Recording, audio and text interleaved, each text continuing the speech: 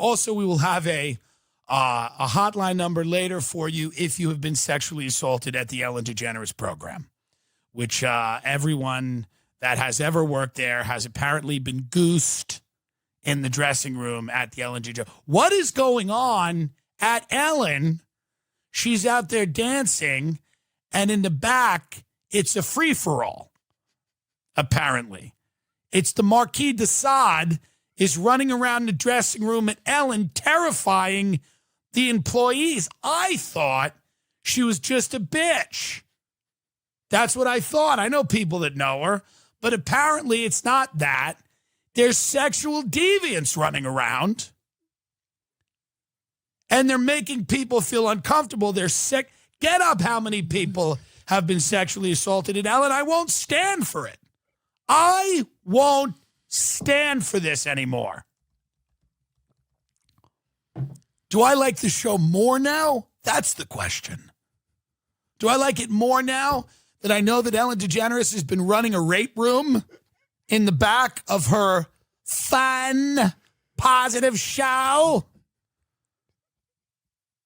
I mean, more trouble at the Ellen DeGeneres show. Former employees make sexual misconduct allegation. Dozens of former Ellen DeGeneres show employees accuse multiple executive producers of sexual misconduct, harassment, and assault. Wow. DeGeneres apologized as an ongoing internal investigation into toxic workplace allegations revealed deficiencies related to the show's day-to-day management. Nearly a dozen former employees accused head writer and executive producer Kevin Lehman of sexual misconduct, including groping, making sexually explicit comments, and behaving inappropriately at a company party. Well, it's a party. While Lehman said he denied any kind of sexual impropriety. Multiple former employees accused executive producer Ed Glavin of being handsy with women and leading the team by creating a culture of fear and intimidation, though Glavin did not comment. 36 former employees independently corroborated incidents of sexual misconduct. 36 employees at Ellen, the friendly show where the woman dances. In China, they don't even call it, they call it dancing lady in China. Yeah. So 36 former employees at Dancing Lady have been sexually assaulted. And I'm not trying to make light of that, although it is my job to, and also I am. But the point is, I'm not making light of the sexual assault. I'm making light of the fact that while it's going on, Ellen is bringing out sloths to make Kristen Bell giggle. You expect that type of stuff at certain environments. Fox News, I don't even think there were 36 people at Fox News. And Roger Ailes was just running around grabbing blondes and throwing them out of windows for months. That guy ran that place with an iron fist. I mean, Bill O'Reilly was just taking women's head and holding them in fish tanks, and you still didn't get to 36 women. Bill O'Reilly paid like $38 million to somebody. God only knows what that guy did. What did you do to someone and pay him $38 million? Kill them? I mean, that's the type of settlement you get when you murder somebody. And still, I don't believe, and I could be wrong, but I don't believe they had 36. I mean, it's wild. And you know they complained to Ellen about it. They were like, Kevin got a little handsy, or Ed got a little handsy with me. And, she just looked at them with that stone face because she's in the CIA. And she's an asset. Who is the Jorge Campos? Jorge Ramos? Yeah. Jorge Campos. I do this all the time. Jorge Ramos, a guy at Univision. Campos, the only guy to meet Stephen Paddock, goes and is interviewed on Ellen. It's a little weird. Couple that with she's sitting next to George W. Bush and they're yucking it up about all their fun days at Abu Ghraib. And she's, there's all kinds of emails that came out where, Hillary Clinton's on the show promoting, whatever war that she wants to have on a Wednesday afternoon. And Ellen goes, come on in. I'll work you in between the dance and the Kristen Bell sloth, and you can tell us why we got to bomb Syria, hell. Come on in. Come on down. And in the back, we're going to have women running for their lives. That's why Hillary looks so comfortable on the show, because behind the scenes, you could hear the screams of women being muffled. Help! That's why you got to dance, and they turn the music up so you don't hear, help! That's the official sign of the Ellen DeGeneres show. Help! You know, Ellen looked at them with that stone-cold wolf-like face she has, and she was like, fucking dance. And the girls are like, what? And Ellen goes, dance. And they had to go.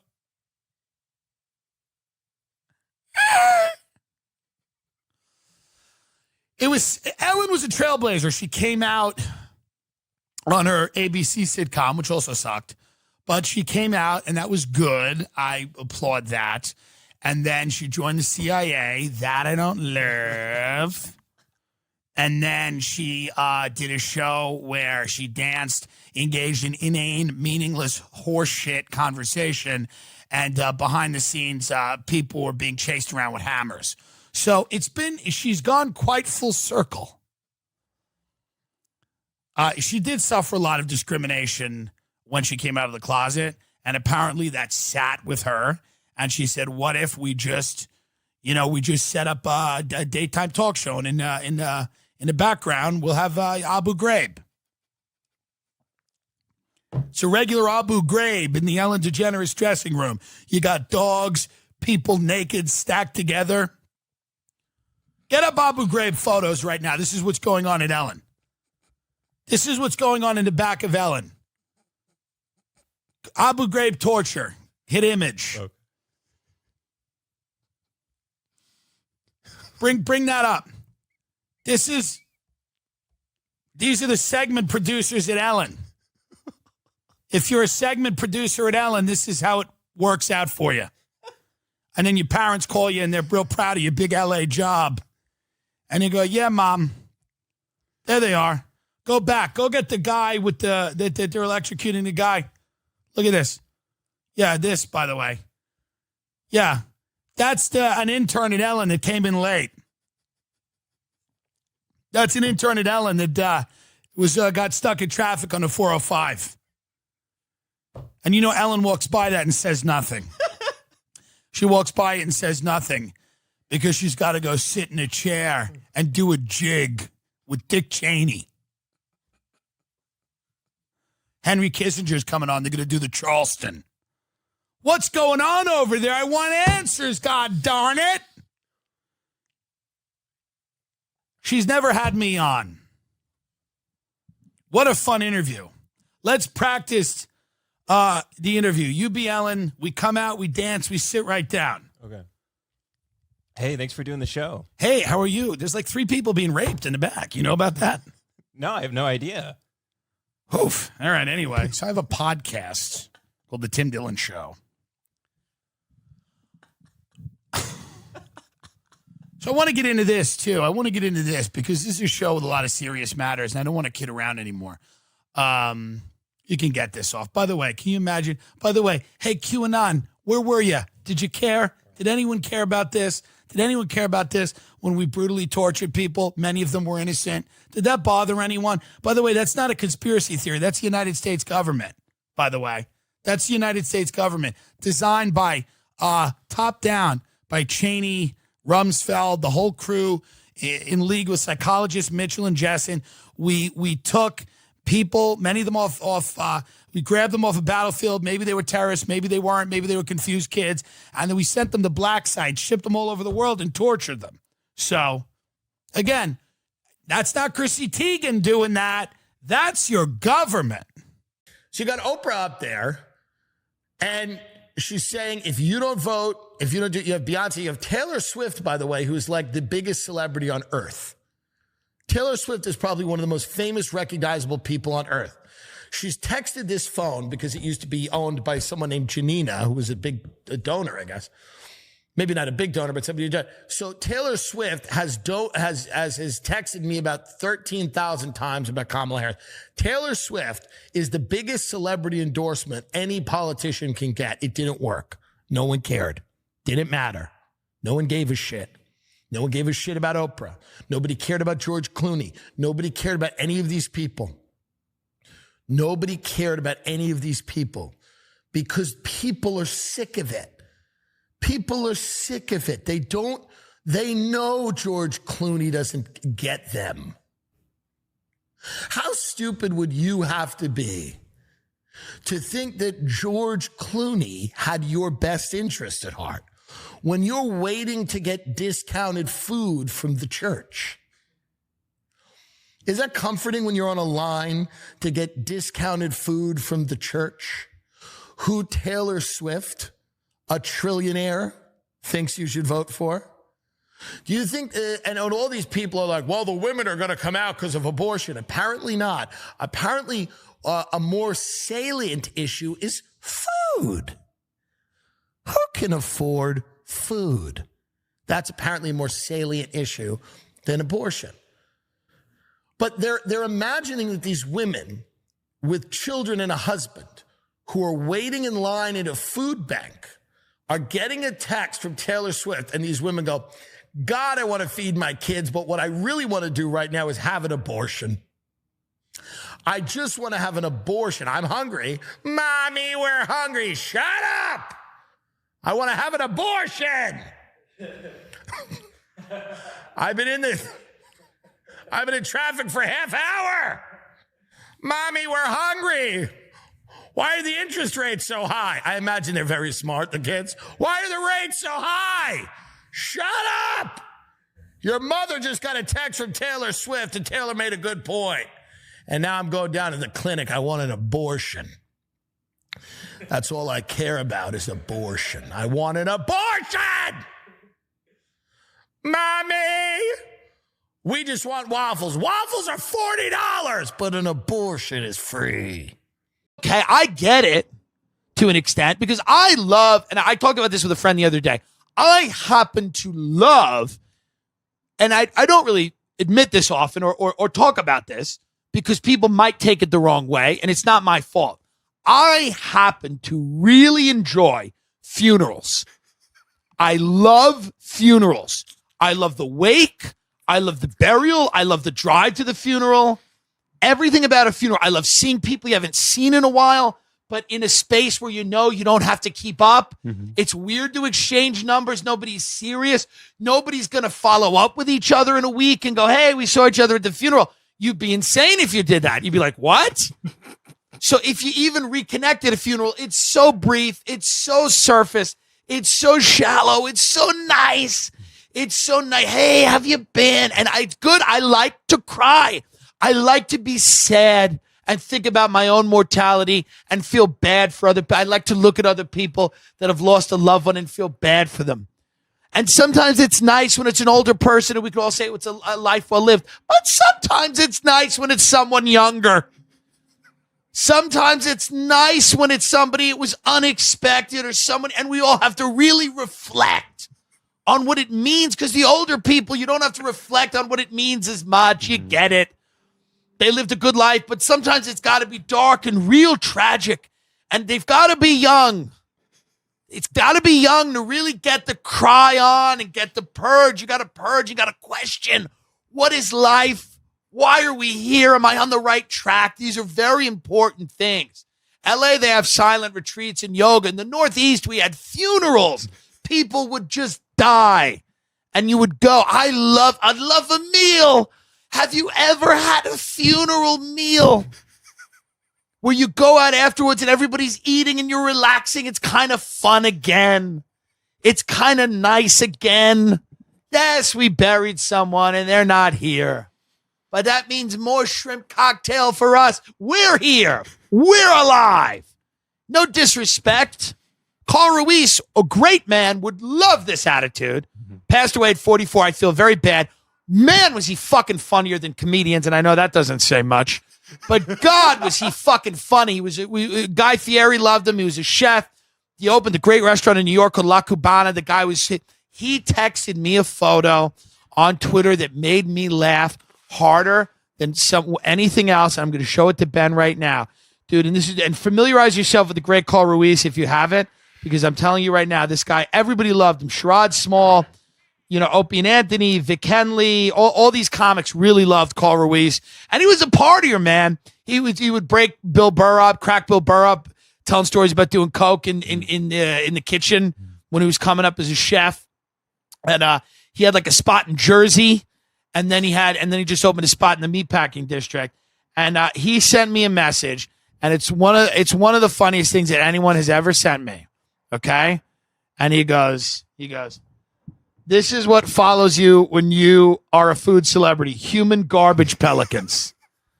And it's just a picture of these two fat women with birthday hats on, and a filter that gave them birthday hats. These two fat women with birthday hats. And he goes, this is who follows you when you're a food celebrity: human garbage pelicans. It is one of the funniest things. I laugh so fucking, and I messaged the guy and I said, I gotta see you when I'm in New York. And he goes, come to the restaurant. Let's eat. I wanted him on the podcast. There's a video that Opie just posted on Twitter where they walk into his apartment or a hotel. I don't know. It's beautiful. It's like in the middle of Manhattan or whatever. And he's just got cash, wads of cash laying on the table. And everybody starts going, what the hell's going on in here? And Ruiz just looks at me and goes, I'm a walking felony. The guy lived. And listen, I wish he was still here. I wish he lived fucking forever. That guy was great. But it's like my friend's father passed away, who we loved. This guy was great. We used to get hammered all the time. Enough! She's still going. We used to get hammered. I mean, what is happening? We used to drink all the time and have fun, go out to dinner with this guy. And he passed away in his early 60s. And the funeral was so sad because he was dead, but there was something about a funeral. And there are people out there that know what I mean. They know what I mean right now. Mm-hmm. And they're looking at each other going, fuck, he's right. And it's been a while since we've been to one. And it would be nice, a nice autumn day. Oh, a nice autumn day. Some nice hymnals. And I will raise you up on eagle's wings. Raise you up above all things. I don't know the rest. But that, in a nice church, you go out in your black suit, maybe a bum of smoke. Maybe you don't. I don't know. It's all what you have to do. And maybe it's in a sit-down restaurant, or maybe afterwards you do something at a bar and you just some wings and a couple of cocktails. My friend Michael's mother, let me tell you right now, I don't want anyone to die, but the meatballs I had after dinner, I would kill her myself. I would they were so good, soft. That's what meatballs should be. And listen, she fought cancer a very long time. The woman had more. She was more of a fighter, and she was tougher, and she got more out of life than I will ever get. And any of my clown friends will ever get out of life, by the way, because she helped other people, and she had this camaraderie with other people that were fighting this thing, and she raised money for people. And it was really amazing to look at somebody whose life was cut short, but not in fucking substance at all. She went through hell, but when you talk about somebody who's a warrior, a champion, what's good about what I do is I spend time with people who lead meaningless lives, utterly meaningless lives, devoid of honor, devoid of anything. People that just float around and, but the food at this place, and I'm talking about quesadillas. They had Italian. They had wings. It was like a bar restaurant. And I was sitting down with a bunch of people I'd never met. I didn't know them. And I felt I was having one of the best times I've ever had. So I will throw this out. I don't want this to seem weird. If you want me to go to a funeral of someone I will go. As long as as long as it doesn't feel weird. I like to hear about somebody's life. People say to me when I go to funerals, they go, did you know this person well? And I'm like, I don't need to know somebody well to go and take stock of a life. I think it's a beautiful thing, and I enjoy it. And I know there are people out here that say this is a sociopath talking or I'm insane. Every episode, there's probably that reaction. But that's not the case here.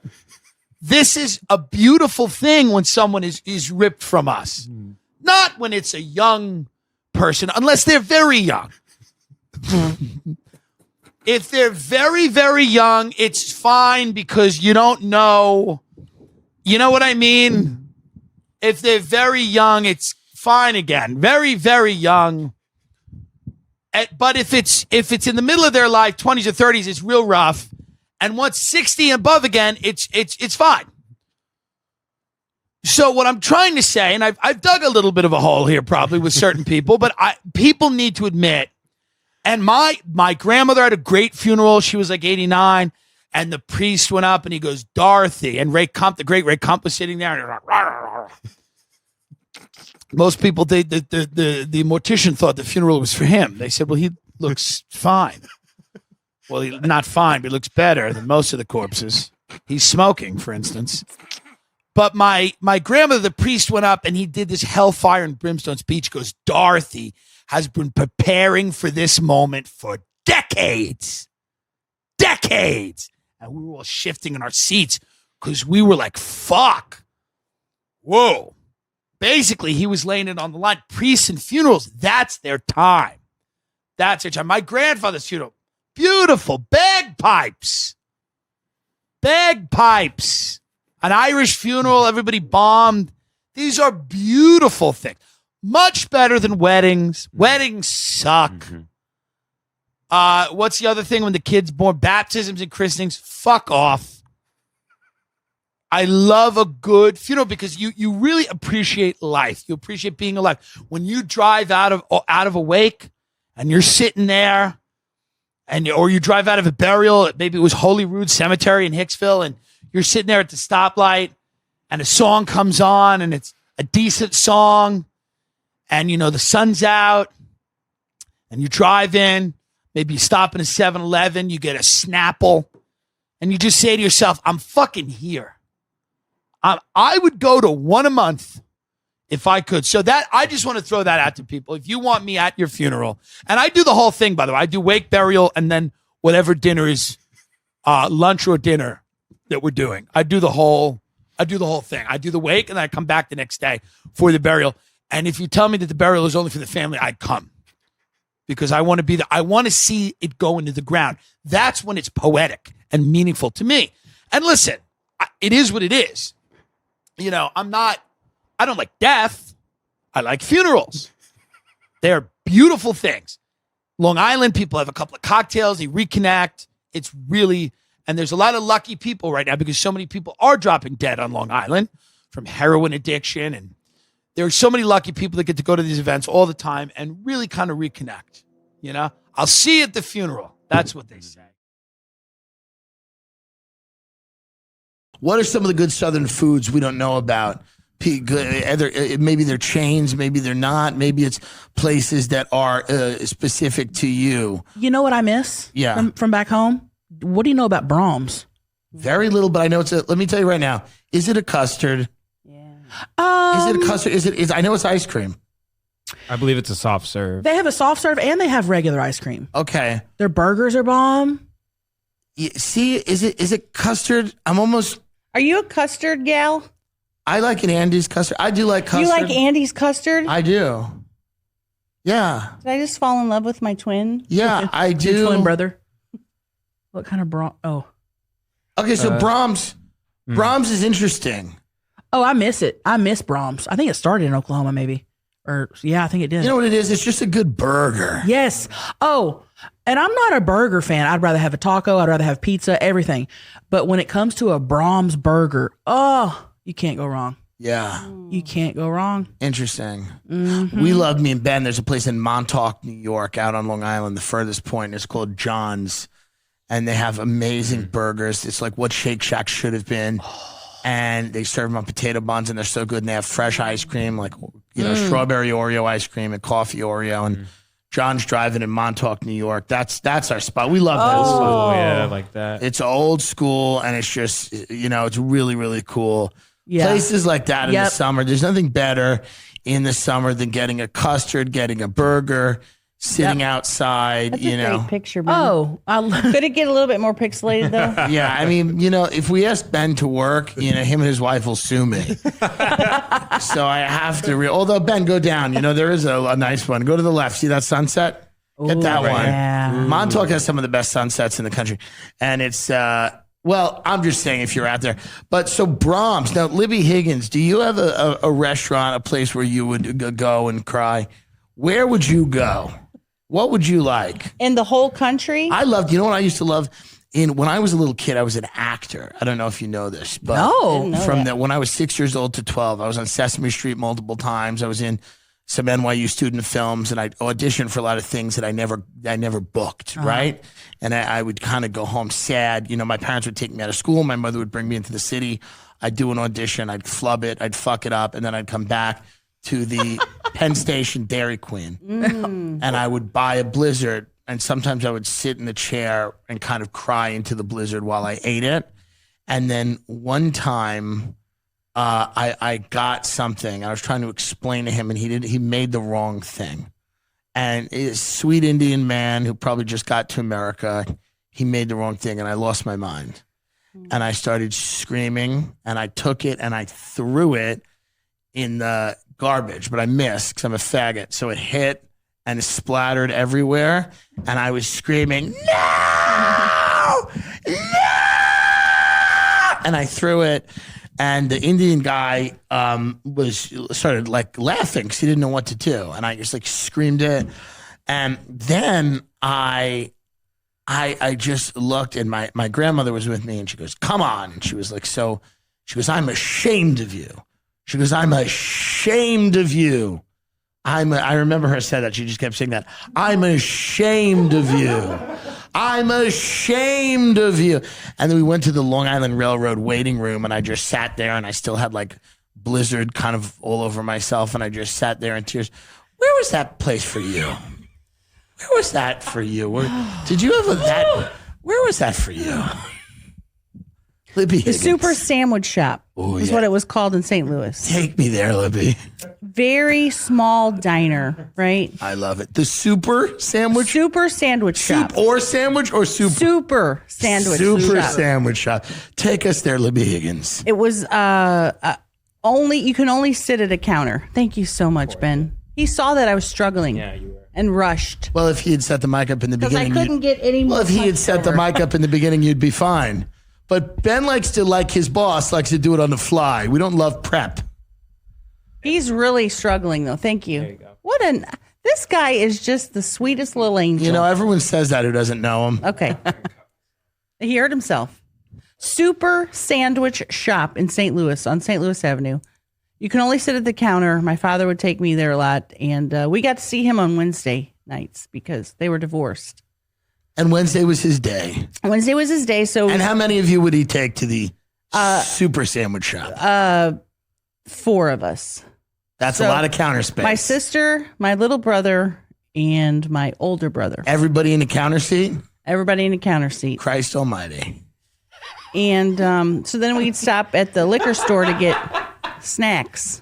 Oh, he'd have he'd want a couple of nips. He'd get snacks for us. We'd get a honey bun or whatever, but he'd get his snacks. He'd get his snacks. Usually a Busch beer. Little warmth. And we'd head on home to his house where we'd watch TV. What would you watch? Like The Cosby Show, Family Ties. I'm older, so these Right. programs were still okay. I used to watch them. Why aren't they okay now? Because Bill Cosby went on a few bad dates. I'm sorry, my headphone was not working. Hello? The Super Can you hear Sandwich it? Shop in St. Louis. Were you able to find a picture of it? Well, he's not even look. Why would he look? I mean, he's not even looking. What was the name of it? Super Jesus, she Sandwich said it 9 Shop times. in St. Louis. You said it 9 It's times. no longer there, but I'm telling okay, you. but Find a I'll see good if I can find pixelated it. photo of it. Get an old pixelated photo. Okay. Is that Was it? this it right here? Oh, there it is. There it is. Okay. It's pix- oh. There Look at it. Look at it. Wednesday nights. Wow. The Higgins family was a family again. Oh. Wednesday nights. Gather your brothers and sisters around. We're getting honey buns and a Bush beer, and we're going down to the Super Sandwich Shop because everything's going to be okay. And then we're going to watch Bill Cosby. And everything was okay. Right. We love to watch Knight Rider, too. That was another great program. Legendary program. And then my dad would drive us home in his little station wagon, and we'd continue on life the next day. It's a real Tracy Chapman song. You got a fast car. He actually had I got a sandwich shop. he had a car called Le Car. Le Car. From where? That's what it was called. LE space CAR. That was the brand? That was, I think it was a Renault. The model? Le Le Car. There it is. Oh my Jesus. Oh my God. That's like a joke. And that's I would, like a Y'all all fit in there? I would. Libby, we weren't always huge. Who makes, we were small. Who makes that? Isn't it Renault. Yes. I didn't want to try to say it again. I mean, this is like. Never heard of that. And I would sit Get in that that up car on screen again, Ben. for hours and pretend I was driving. What color? It was white with a black white stripe. car. That's Like this one with the stripe. Yep. wow. Wow. I would just sit in it for hours and shift the gears. It was not on. I'd push in the clutch and just shift. When you were little. Yep. Pretending I was driving. Yeah. Wow. Yeah. So Good times. and when I got older, I switched up to a riding Is lawnmower. your father still with us? No, he has passed on. Okay. Well, that's sad because, it's always sad when people leave, but also now you're doing great, and it would be, Oh, he would love it. he would love it. He would love it. Fuck And you, yeah. you painted a nice picture. I felt like I was there. He would love You know what At it the was? sandwich There's something deeply poetic about the times in life where you're making the best of a situation that is not optimal, And in that time, you're doing what you can to get through. And it's very, very, there's something, even though you look back on it, there's something nice about it, even though there's probably some pain associated with it. Because I hear it and it sounds horrible. Oh, there's lots of pain with It that. sounds horrible to me. Like the idea of it is horrible, and the reality of it is even worse. But then I think back and I go, you know what? You probably had some laughs. You had some fun. You were making the best of it, and that's what life is, really. Mm-hmm. Well, you also didn't have a choice when you were a kid. It's like you just had to go where everybody took you. That's yeah, a great we're going point. over here. I'm going over here. Okay. That's a great I'm point. gonna get molested by my brother. Okay, let's do this. It over is here. what it is. Yeah. Right. TGIF, thank God it's Friday, huh? Molesting and then Super Sandwich Shop. Thank God it's Friday. The Super Sandwich Shop almost made it all worth it. Yeah. I will say that. Where is AMC right now, by the way? Where is it? AMC stock. Got to worry about my own position. Oh, you're up right now, Tim, How am I up? because you bought at $8.98. I'm up. Hold the line. Hold the goddamn line.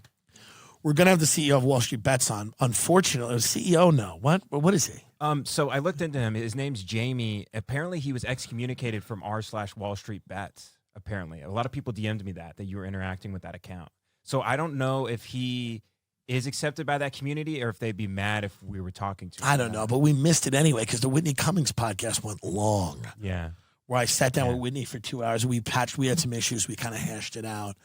And I love Whitney and want the best for her. And I care about her deeply, and that's why I'm leaving the state.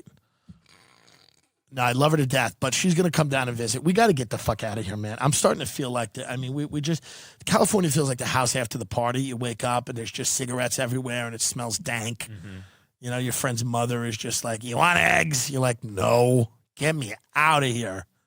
Let's go. Let's go get a bacon, egg, and cheese, cup of coffee, and a pack of Luckies.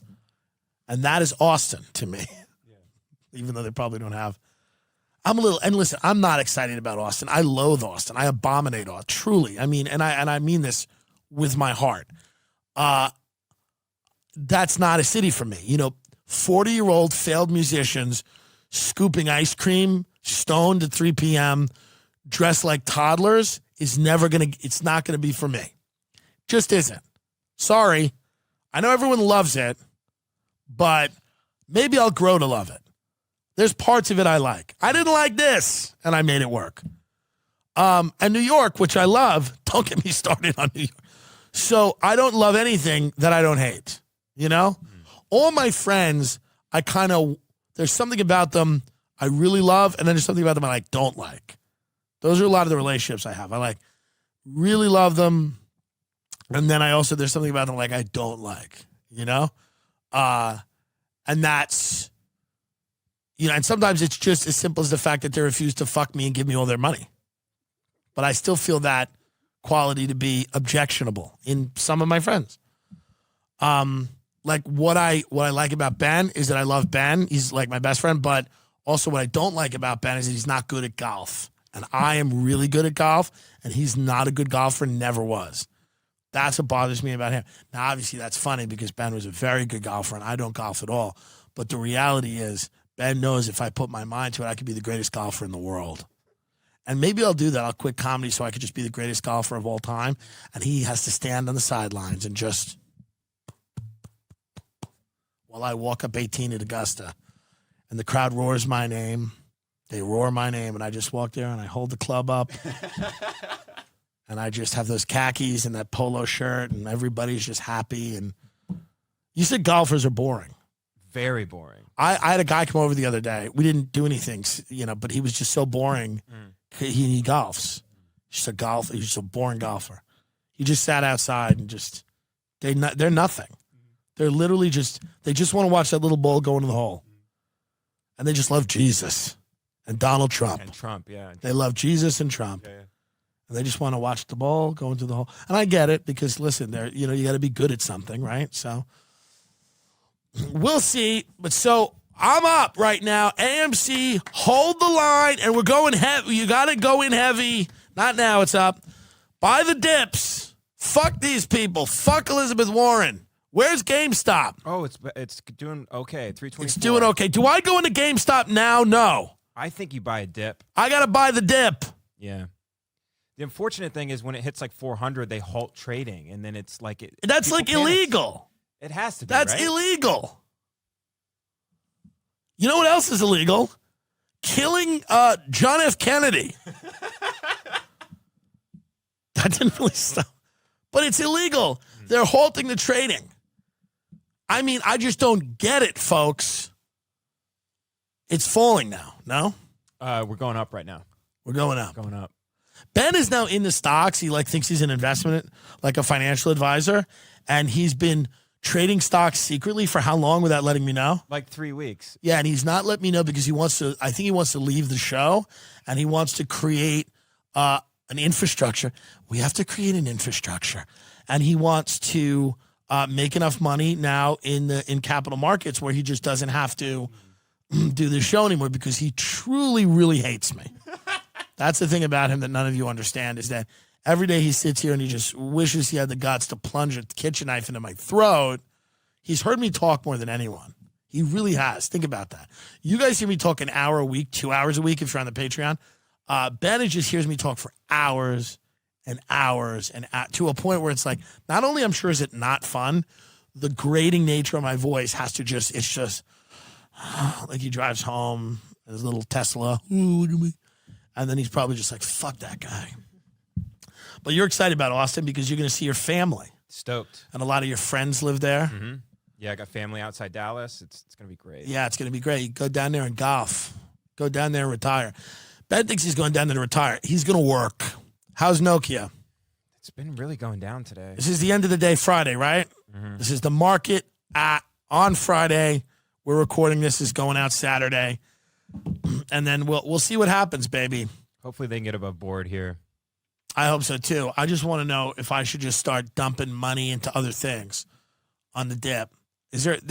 I can buy after hours, right? No. With TD Ameritrade, I don't know if you can. Interesting. Yeah, fuck Robinhood. By the way, get my Twitter up. Mm-hmm. This is something I found out. This is going to blow your minds. You want your mind blown? Do you want your mind blown? What is that, by the way? What? Oh, yeah, I tweeted Elizabeth Warren. Okay, keep going down. Okay. Let's Oh, by the way, that guy, Josh Brown, CNBC, wears the fake business. Isn't Oh, that nice? sick. Good for him. There he goes. Go down. You're going to lose your mind here. Watch this. This is a fact. The CEO of Robinhood is Ghislaine Maxwell's son. That's real? Did you know that? No. That's Ghislaine Maxwell's son.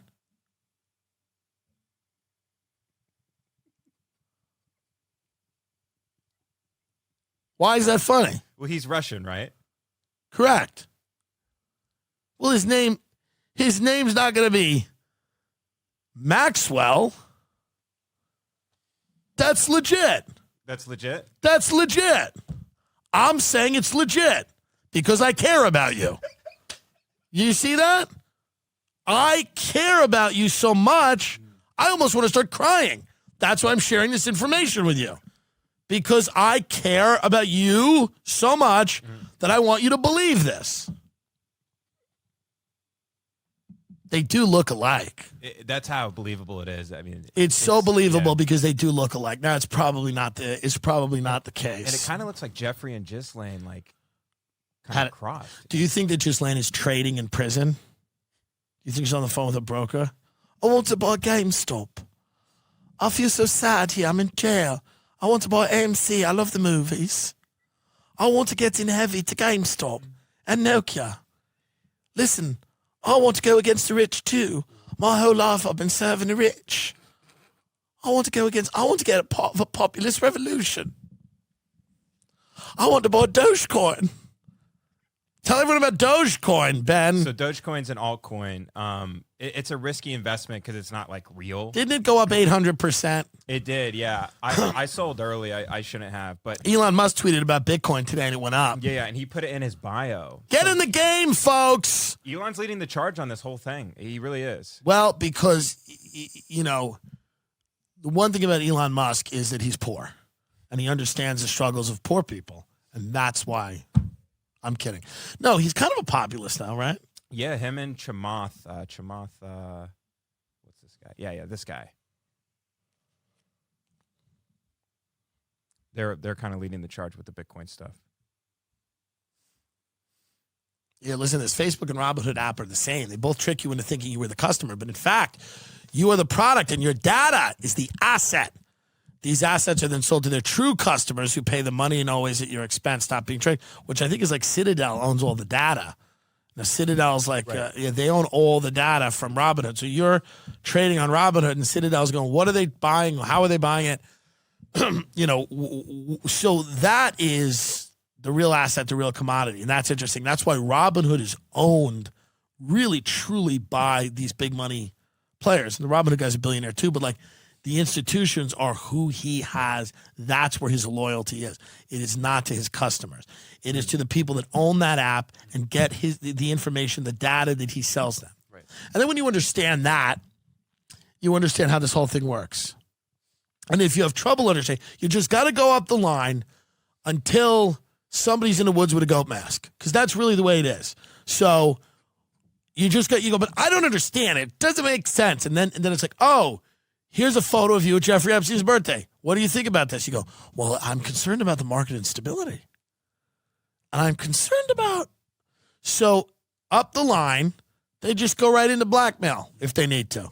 Just go into hardcore blackmail. But you don't even have to do that anymore because people are just so terrified of being ruined financially, being on the road. Because this will die down, right? Because all these hedge fund guys, the way they talk, they go, listen, this is going to end.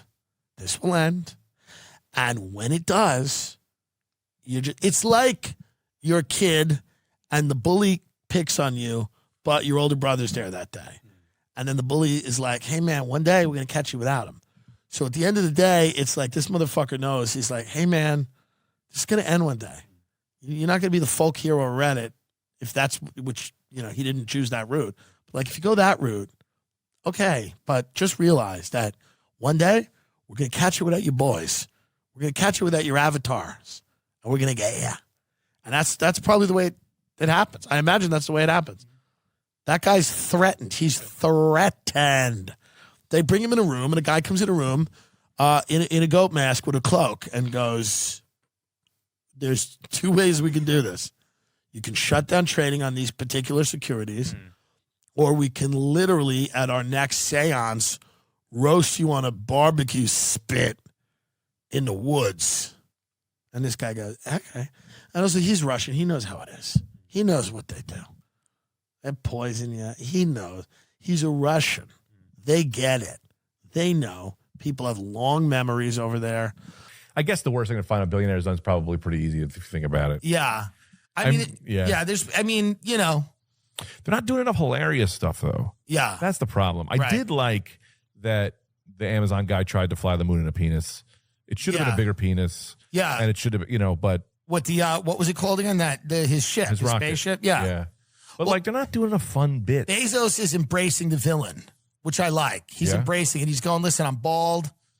I'm taking everybody's jobs. Now going to be a drone. No matter who your aunt worked at fucking Safeway packing macaroni salad, that's going to be a robot. The drone is going to take the macaroni salad. Your Thanksgiving pie is going to get delivered by just like a Predator drone that's going to drop it to you. Nobody's going to work anymore. Nobody needs you. I'm going to own all of the grocery stores, all of the retail stores. You're never going to have to leave your house. Strip malls, all that shit. Commercial real estate's going to tank. Everything will be Amazon warehouses. I think that's kind of his vision. Yeah. So you can't be that guy and also not embrace the yacht, the hose. Like, embrace it. And also, I can't stop shopping. Yeah, his success is kind of predicated a little bit on everybody you know kind of losing a job. Right. Everybody you know. But it's not villainy enough, man. Yeah. Have a Jeff Bezos building with your head on it. Have a layer. Where's his layer? That's coming. They have layer. He has a layer. He has a layer? Got multiple layers. But you can't tell. It probably looks like a real nice house with a couple bricks or a statue. Some of them get weird. Weird? I want to see Jeff Bezos holding Jesus' skull. Get Jeff Bezos' house. Some of them get where you start going, it's a little Tony Stark. It's a little. I want some Dr. Doom shit. Yeah, Wear a cape. I mean, some of them are right there, 165 mil up there. That house right there. I mean, yeah, it's still respect, but that's, you're doing it at that point. Jeff Bezos needs to come out in a black cloak and a monocle and just go, this is who I am now. But here's the thing. We don't want to dare them to do it because they will do it. That's kind of fun. Like, that's the thing. It's like they will do it. We will see trillionaires in our lifetime. Yeah. We will see people that have more money, and we're already seeing it, than entire GDPs of countries. We are going to see people, we're going to see a level of luxury that people are living in. We're already seeing space tourism. People going, I want to get to space. Yeah. All the while, we're also seeing like a lot of other crazy shit happening in the inner cities where people can't get clean water. You're seeing these guys go, we're kind of tired of this planet. Yeah. That's kind of what they're doing. Like all the big billionaires now, they're like, listen, the billionaires in the past weren't great either, but they built railroads, they built schools. They used to do cool shit. Yeah, these guys now are kind of like, to be honest, we're a little bored with Earth. We're just a little bored. What are we going to do? We're going to buy another house in Malibu. I know. Buy another house in another Hawaiian island. Who cares? We're bored. Get us out of here. They're trying to leave the planet. Got to a shittier planet. They're trying to leave the planet. And listen, one of my favorite things is like they always ask people, like they always bring scientists and all these weird people together and go, where's climate change going to hit? Because we want to be somewhere else. Yeah. So they start building compounds. I know a big realtor who says they all want compounds with their own water aquifers. They want 50, 100 acres of land. They're all going to Montana. They're all going, why do you think they were going to Montana? They're going to Yellowstone. I didn't know that. I don't know what you're talking about. Going to Wyoming. Going to Montana? Billionaires. Really? Billionaires. They want space and they want compounds. Yeah. That's what they're doing. That sucks. Oh, that guy's a fucking... Yeah, I mean, that's lairish. I mean, that's Hogwarts. That's nice. It's where he would live. It is a Hogwarts. No, I want to walk in. It's all like metal. You want the dark. Razor House. Go, but this is where Alicia Keys lived. Go to the Razor House. Razor House is in La Jolla in San Diego. Where, who I lived? know Alicia you. Keys? Yeah, she lived there. Swiss Beats and her lived there. Go to the Razor House. This is where you want them to live. Look at the Google image of the Razor House right here. That's what you want. The Razor House. Yeah, that's pretty cool. Like that type of just stone and glass. Google Mustafar. This is where I want to be. This is where I think Jeff Bezos should be. Interesting. M-U-S-T. Where is this? Mustafar. Well, you'll see. Okay. This is the kind of shit This is where Darth Vader lives. It's just a lava. I forget how much of a nerd you are, which I love this. Yeah. So you a lava home. Well, I want a lava home that is cold. There's no windows, and there's no one else on the planet. Yeah. Just death and your own darkness. It is tough because you don't want to hate Bezos, but it's like, here's what I look at. Here's what I think about every now and then. And maybe it's better. Maybe what he's doing is better because you walk into a supermarket and you see somebody with Down syndrome and they're making, like they're putting the potato salad in the thing. And you say to yourself, maybe they shouldn't have to do this. Mm-hmm. And maybe Bezos is going to free them from that. Right. Or you'll see a woman who's like 100. Mm-hmm. She's really old, and they'll be like, she's worked here 47 years, and we love Irma. Yeah. And Irma celebrated her 40th year with the H-E-B grocery chain last year. She's seen her kids go to jail and her two husbands die. And she's just still walking with a hump where she's almost fully a fucking horseshoe. An upside down L. And she's just walking around the deli counter. And have you ever asked any of those people for help? Because it's sad and it's hard, but sometimes you need to find something. And you ask one of those people for help and it's literally like, they're like, oh. And you go, hi, do you have any pepper jack? And they go, and they're just emerging from like this very scary, sad place that you're like, and they're, because at that moment they were in like some daze, and she's remembering when she could dance and when the president wasn't black or whatever, and she then comes out of it and she goes, and then a lot of times they'll just point, she just goes, and then she just keeps going. Yeah. And it's hard. So maybe grocery store, because some of the most disturbing things I've ever seen in my life have been in American chain grocery stores. I have seen things in a Publix that have I'm a cokehead. My mother's a schizophrenic. I was a closeted gay guy till I was 25. I was a drunk. I had a house that foreclosed on. I was a mess, right? And those things are still in my head. And I hung out in crack. I've seen like people not at their best. Let's just say I've seen people that are not at their best. Sure. My mother's still lying in a bed like out of it and all that shit. And I deal with it with humor and I try to do, but it's fucked up. The things I've seen in a Publix outside of Orlando have scared me on a level where like I go, maybe Bezos isn't wrong to just get rid of this. Right. To just eliminate it to where, because the things I've seen, the types of people that just emerge. When you say eliminate, you mean, how are you? It just comes, the food just comes. You don't see a guy who's doped up. I thought you meant eliminating them as people. I saw a guy in Publix I don't mean eliminate them as people, but I saw a guy in a Publix with the sunken in eyes, blue. He comes out. He's still got his hood. You know, you see the thing where they're half dressed like they're working at the deli counter, but then they also have the hoodie. Yeah. And he comes in with the hoodie. There's a hood, and he's tatted up, and he's got to put on the plastic bags on his, and you try not to look at the hands because you go, I don't want to look at those. Don't touch my ham. You don't want to look at the things and the arms because there's things that have happened maybe. And he's just kind of out of it, and he's like, what's up, man? And he's just scooping stuff, and he's trying to weigh it out, and you go like, this is tough. Yeah. This is tough. Yeah. This is tough for him because it's his first job out of rehab. Yeah. And he's still, and he relapsed 3 hours ago, and he's fucked up. And he's in a Publix, and you're staring at him, and you go, hey, man, I'd like this, I'd like that. And he's just staring at you. And so some of those things I do where I see mentally impaired people working, and I go, they shouldn't have to work. Right. And everyone goes, no, they like it. That's our country's like, they actually like, it gives them a sense of purpose. Does it? Sure. But I've seen some things in those stores where I go, if that's what he's eliminating, it's okay. Maybe it's okay. Maybe everyone just needs a stipend that can live in their house. Nobody really likes jobs. I think food and that shit should just be easier to get. I mean, it's crazy. Does anyone want to work at Marshall's? Does anyone want to deal with me walking in going, where's the big and tall? And they go, I don't know, dude. It's a few shirts on the floor. Find it or not. It's like, does anyone want that gig? Yeah, like, get the robots those jobs. I want a robot to size me up at a fucking... Yeah. Look at this. Look at this. Great. A blood-covered man walks into Florida Publix after stabbing two people. It's where people go when they're at their lowest point. I just found out about Publix. I never really knew about it. Yeah. I've just been informed of this. And they have a great clubs, their sandwich is fine. It's okay. People make way too much out of the Publix club.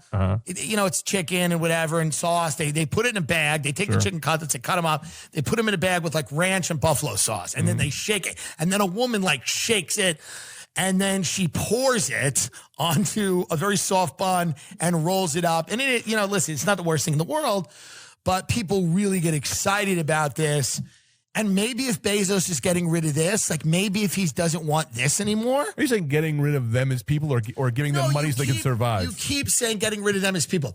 I'm just confused on what you're saying. Is he eliminating them as workers? Oh, okay. So in a good way. Mullen used to always tell me about this. Fully luxury automated communism or whatever, where UBI. They all just UBI. Right. They all just man shot by deputy after trying to enter Green Acres Publix while armed has died. I mean, so it's like maybe we don't need this anymore. Yeah, no, I agree. Maybe it's gotten to a point where Bezos, in his wisdom, has gone, how many more stabbings do you want to see? Yeah. How many more trails of blood in the frozen aisle do you really want to see before we're done? And if that's the goal, and also these retail stores, nobody buys any clothes. If you buy clothes in a store now, you're like a freak. Most people buy them online. I go to DXL, the fat store. It's horrible. Yeah. It's bad. And that's why I just hired a trainer. I don't want to go to that store anymore. Yeah. You see guys that are 500 pounds. They get this big shirt. It's like a 7X. It's just like a tent that goes on them. And then it just has like the Ralph Lauren polo logo that they've blown up to 7X. It's pixelated. It's pixelated. It's the biggest polo. You can't even tell it's a horse. You don't know what kind of animal it is. You can't tell it's a guy on a polo horse. Yeah. And it's just this big guy and he's waddling around and he's always got like somebody with him. Yeah. Kind of like a wife-ish thing, like a woman there who's like, it's tough. It's tough. That's why the fat activist movement, like, I don't think fat people should be disrespected, but like, it's hard. Right. When I watch a 19-year-old kid walking in DXL and he's a big boy. Yeah. And they're trying to, and his mom's got there because they're trying to make him feel good for the prom. And he comes in and he's big. And he knows that prom night's not ending with pussy. He knows that no matter how good he looks, and the mom will say cute things. She'll be like, well, this is for the ladies. Yeah. And he's like, listen, I have a rash. I have a rash on my inner thigh. I have pustules. You know what they are? They're exploding and goo is dripping down my thigh. And the mom will always be like, you can look good for the ladies. And he's like, okay. And he's got this like 5X, 4X thing. Yeah.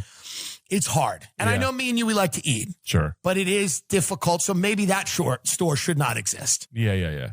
If they could help out, that'd be great. It's always a very friendly, like Jamaican woman when I walk in. She's like, how you doing? I'm like, I'm still here. You let me know if you need anything. Oh, you look good in that. I'm like, no, I don't. Yeah. But she's sweet. Yeah. So maybe it's like instead of getting mad about Bezos, it's like maybe the things that he's taking away, we would just be better off in our houses. Sure. Yeah. Maybe not. No, I agree. I have nothing more to add. You know, I don't know. It's just like commerce in America is not fun. Right. Commerce is not fun anymore. Like there's nothing like if you're hot. Well, it's addiction now. If you're hot and rich, everything's fun. Yeah. And you could go to Christian Dior and they're like, oh, do you want the sweater? And you go, yes. But for most people, going out and trying to find anything, it's just not a good time. We're doing it. When is it? Can you get the ad? This is a real ad. June. Oh, let's do that. Let's go right into an ad. Perfect. Yeah, right here. Here you go. What if I told you that Bitcoin is the future of money? Now what if I told you it's going to be an actual in-person, in-the-flesh event this year? Focused exclusively on Bitcoin, and it's going to be the biggest event in Bitcoin history. Now what if I continue to tell you that event will happen in Miami, Florida on June 4th and 5th, and that I, Tim Dillon, was going to be there too? Would you believe me? It's true.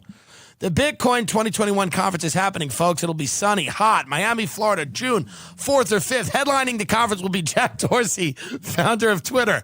Chamath Palihapitiya. He retweets us. We like him. Tony Hawk, who is a Bitcoiner. Michael Saylor, the dude who keeps taking out $1 billion loans against his company to buy Bitcoin. And Nick Szabo. He's a fun guy on Twitter. Tim Dillon will also be considered a headliner if he does a good job with the ad read. Oh. There will be a whale day ahead of the conference. If you're rich like me, You need to buy a whale pass and get there a day earlier on June 3rd. There'll be Bitcoin powered. We don't even know what we're doing for this. No one's told us. No one will let us know. No one has told. Do you think they're just going to execute us in front of all these people? No, we've emailed 9 times to figure out what's expected of us. We know we're doing a live podcast. We're doing a live podcast. And you're moderating something. I'm moderating something. There'll be Bitcoin-powered arcade games, a massive art gallery with all the most famous Bitcoin artists, Tony Hawk is skating a half pipe, and much more. An after party that I'll be opening up for. I don't even know what's happening here. This event will be the event of the year. It's going to sell out. Get your tickets now. Go to B/TC. What? No, B.TC/conference. I'll put it on the screen right here, and it'll be in the description. Yeah, go to B.TC/conference. Promo code Tim Dillon. 10% off your ticket price. Am I selling tickets to this? Yeah. But am I getting anything from that? Well, you're getting paid to do the Bitcoin conference. Yeah, but I mean, that's not what I'm gonna get people to come to this and then go if you want to see me do a live pod. We have no idea what's going on or what we're doing. I mean, that's not the greatest sales pitch, but I genuinely don't know. We don't know, but it's going to be fun because it's always fun. Yeah. But do you know what we're doing? Not a clue. Right. I don't know if your agent doesn't know. I don't know what's going on, but we will be in Miami. And we're going to do a live podcast. And then I'm moderating an event. And it looks like you might be doing stand-up at an after party or something. I don't know. No one has said anything about it. Come learn about Bitcoin and celebrate life and freedom at the Bitcoin 2021 conference. B.TC/conference and use the code Tim Dillon, 10% off. Jack Dorsey's going to be headlining on Twitter. Is he a Bitcoiner? Yeah. They all are. They all are. It should be interesting. I mean, I'm wondering how this is going to go. You know? Like, are we going to be podcasting in like a half pipe that Tony Hawk is like skating in? I don't know. I don't know how this is going to go. You may want to come and see it to just see it because I genuinely do not have an idea. It'll be funny, certainly, but I don't know what's going to happen. This will be way more fun than a comedy festival or something. 100%.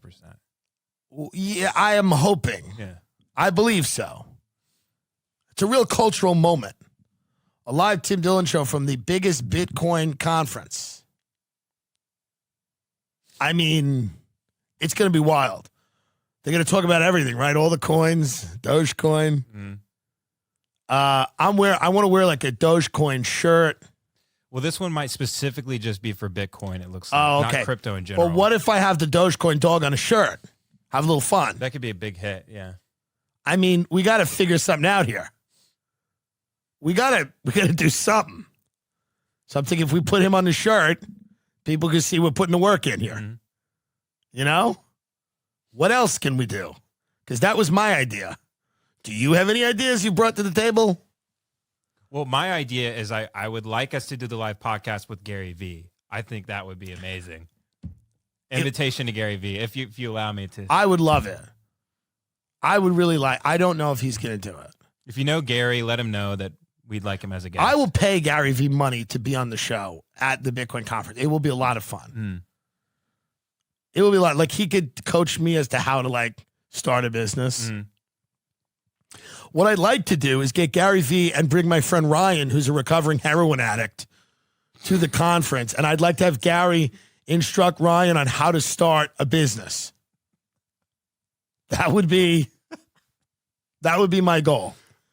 If I could get Gary V to instruct my recovering heroin addict friend on how to build a brand. That would be my goal. But it is a weird, like it's going to be interesting, but we don't know what's going to happen.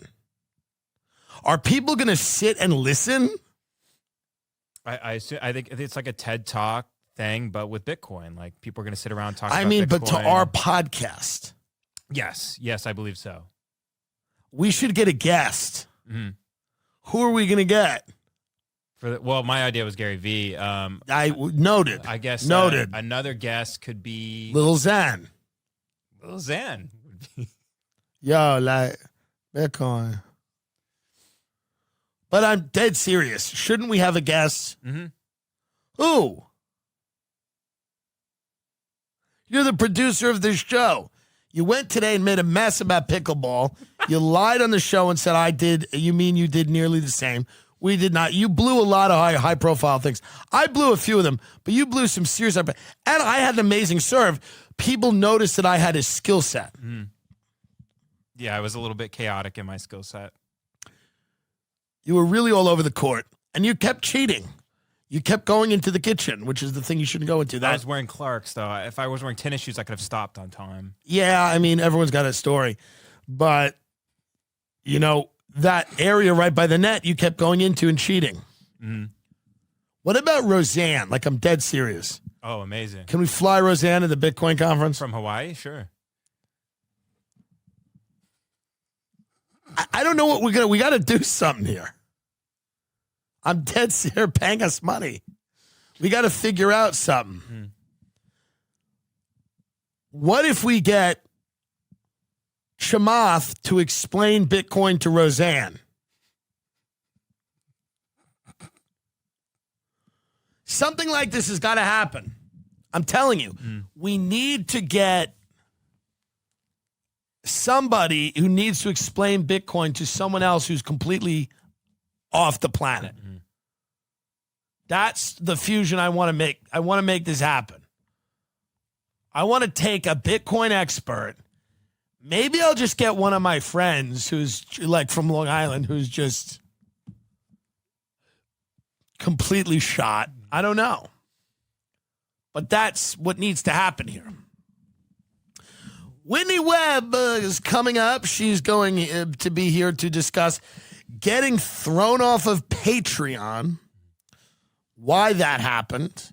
She's also going to talk about vaccine passports, why she's skeptical that the Maxwell new charges mean much. We told her we'd have her back if the Maxwell thing goes to trial, which we don't know if it will or not. It's supposed to in July, yeah. We'll also be, we got an episode with Stanhope on the Patreon right now, the higher tier, because we kind of fucked them over. We didn't mean to. And we were going to do a big, long episode with Doug and put it out this week, but it just didn't work. It just kind of went off the rails at the end. It was like, this was what we could do here. We can't, you know. But we'll be back there. Mm-hmm. Lovely people. Love them both. Doug and Bingo. We'll be back there. So we got that rocking and rolling. We got live dates. A lot of them are sold out. The majority of them are sold out. And we got more being announced all the time. The world's opening up, and we're out there having a lot of fun, or just doing what we have to do as a job. You choose. Your choice. Some of it is fun. But, you know, I hope this is fun. What about AJ? I was kind of thinking that, or like maybe even, you know. They're shutting Alex Jones down. They're not letting that happen. Because what about if Alex Jones, like, charged Jack Dorsey on stage? He's like, you motherfucker. And Jack Dorsey's like, who the fuck brought Alex Jones? And it's like, oh, the comedian that we hired. It would be really cool if we like snuck Alex in. He stayed at our hotel and we got him like to enter the back door. He just like the Kool-Aid man just popped into the conference. Yeah, well, now that no one will figure that out now. You just put that plan out there, dumb. Well, no, I mean it's clearly a situation where we need to bring in a guest. Who else? You said Alex, and then you were thinking of somebody else. Oh, maybe someone's like I was thinking like not just like Maxwell, of course, because she's not on bail. But I'm trying to think of someone. We also can't talk to a human trafficker for goofs. We can't bring on a human trafficker for a bit.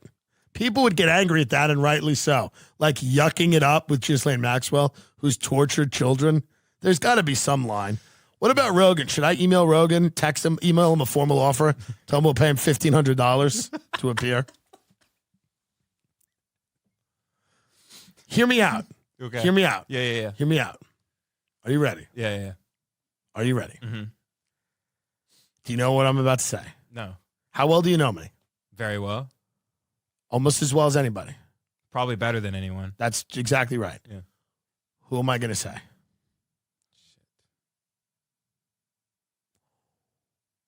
What about Eric Weinstein? Oh, fuck. Come on. In a world. Why not? That would be the absolute perfect guest. Why not? How about Eric, Brett, Heather?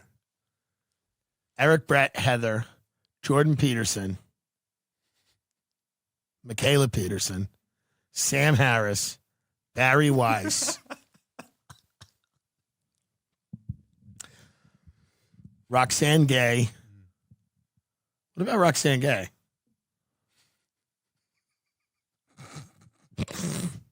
I don't know. I don't know anymore. What if we just had the Weinsteins on and we talked about trans people for 3 hours? People are like, what does this have to do with Bitcoin? Talk about the coin. We're getting heckled. We're like puberty blockers. They're like, talk about the fucking coin. We're here to make money. We should talk about what a great troll to talk about something completely unrelated. There's something that has nothing to do with it. We're just talking about the Kennedy assassination for an hour. They go, yeah, that was not the room for that. They really went off the rails. What if we bring Sharon Osbourne in and get her drunk and have her just fucking go crazy shouting Asian slurs? Amazing. You know these motherfucking wontons, motherfucking people. Piers Morgan.